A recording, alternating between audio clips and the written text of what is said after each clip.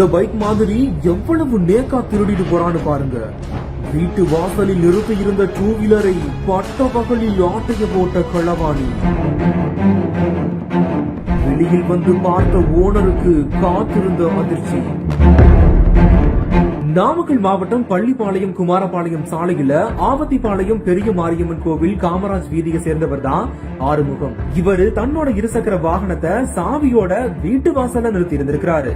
இந்த நிலையில தான் அந்த வழியா வந்த 25 வயது மதிக்கத்தக்க திருட்டு களவாணி வீட்டு வாசல்ல நிறுத்தி இருந்த ஆறுமுகத்தோட இருசக்கர வாகனத்துல சொந்த பைக் மாதிரி கேஷுவலா உட்கார்ந்து ஆட்களை நோட்டமிட்டபடி கண்ணிமைக்கும் நொடியில ஸ்டார்ட் பண்ணிக்கிட்டு வேகமா எடுத்துட்டு தப்பிச்சு போயிருக்கிறான். அதுக்கப்புறமா கொஞ்ச நேரம் கழிச்சு ஆறுமுகம் வெளியே வந்து பார்த்தபோது வாசல்ல நிறுத்தி இருந்த டூ வீலர் காணாம போனது கண்டு அதிர்ச்சி அடைந்து உடனடியா சிசிடிவி காட்சிகளை ஆய்வு செய்த போதுதான் இந்த காட்சிகள் எல்லாமே பதிவாகி இருந்திருக்குது.